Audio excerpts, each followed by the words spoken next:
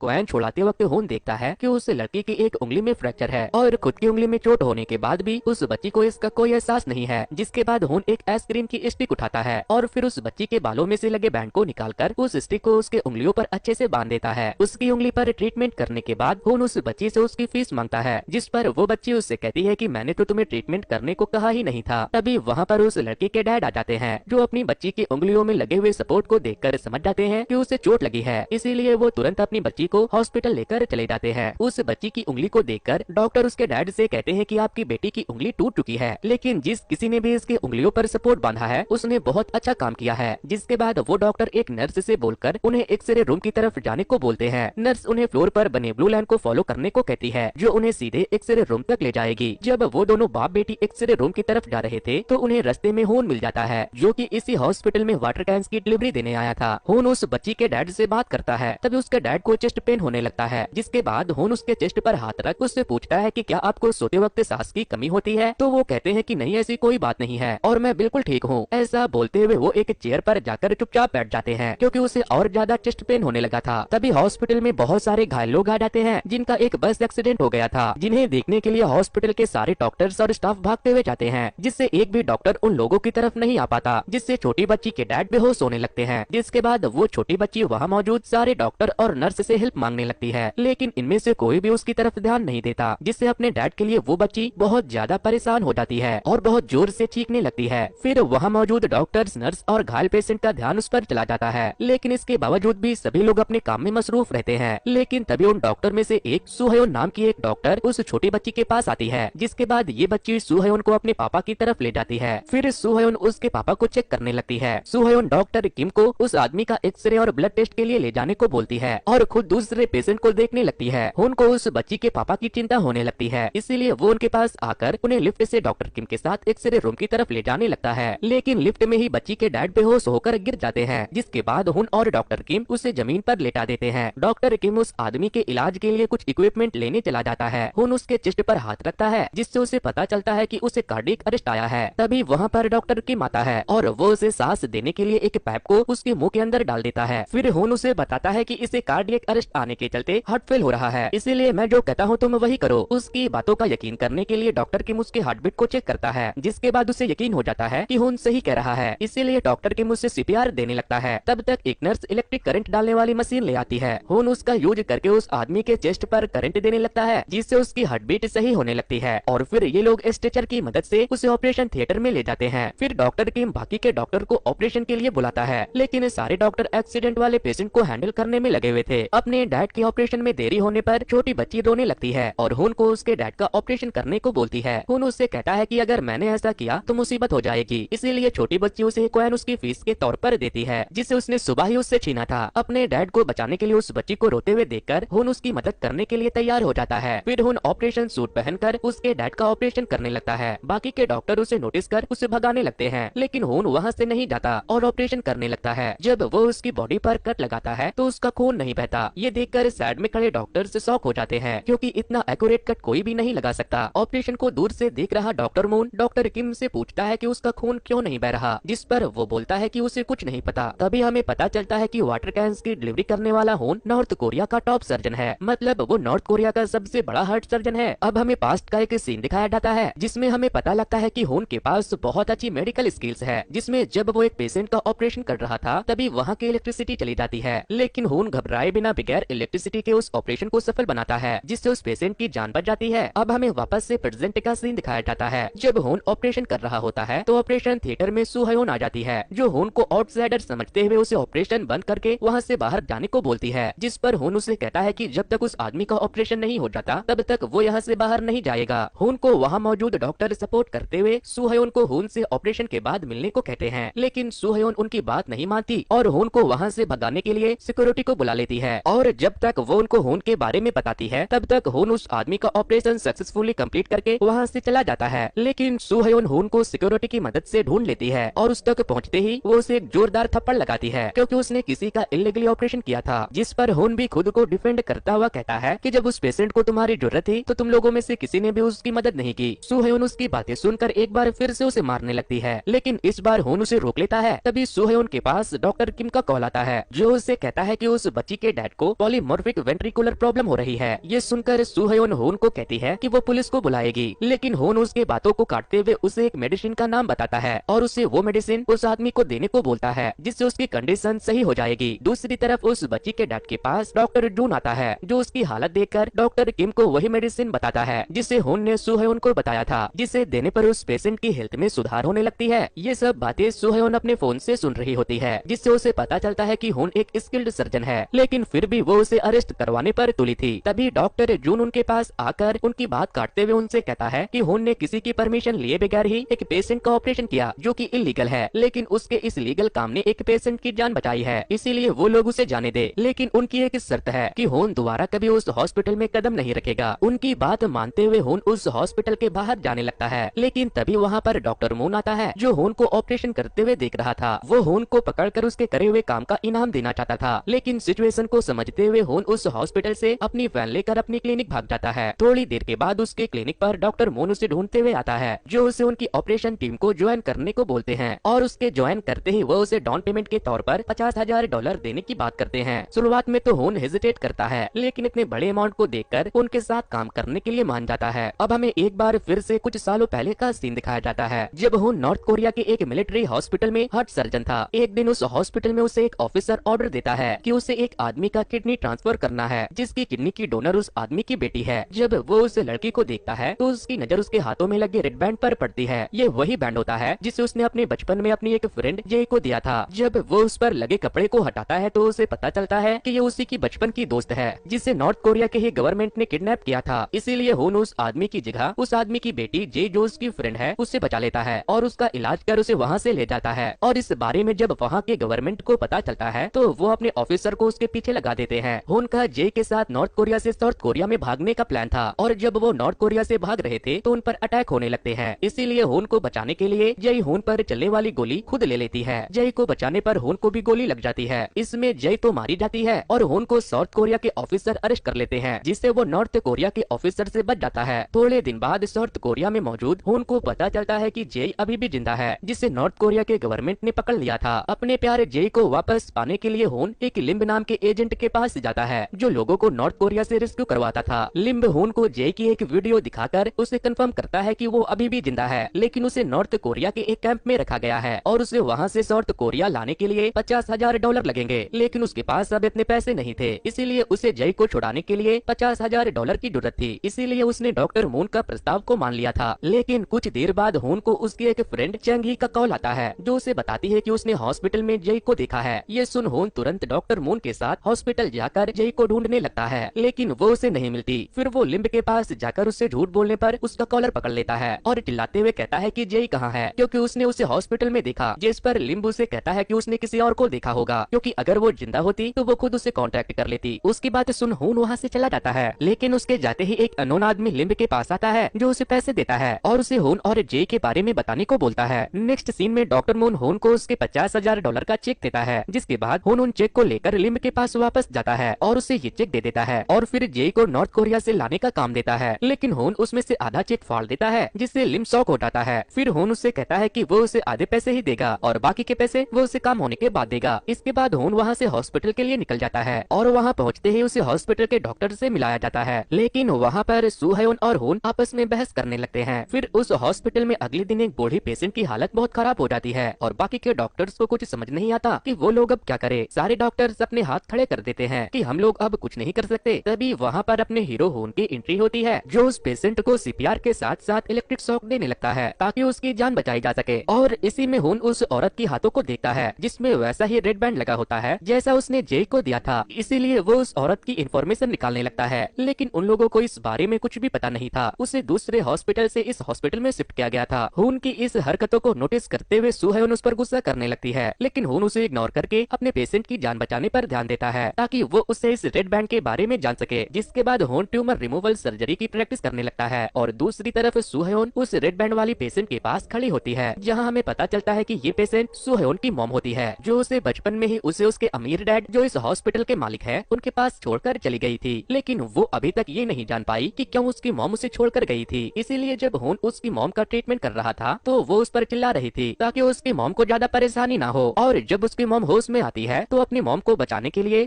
सुहयोन अपने बॉयफ्रेंड जून को बुलाती है, लेकिन वो उसकी मदद नहीं करता क्योंकि उसे सुहयोन के डैड ने उसकी मॉम का ऑपरेशन करने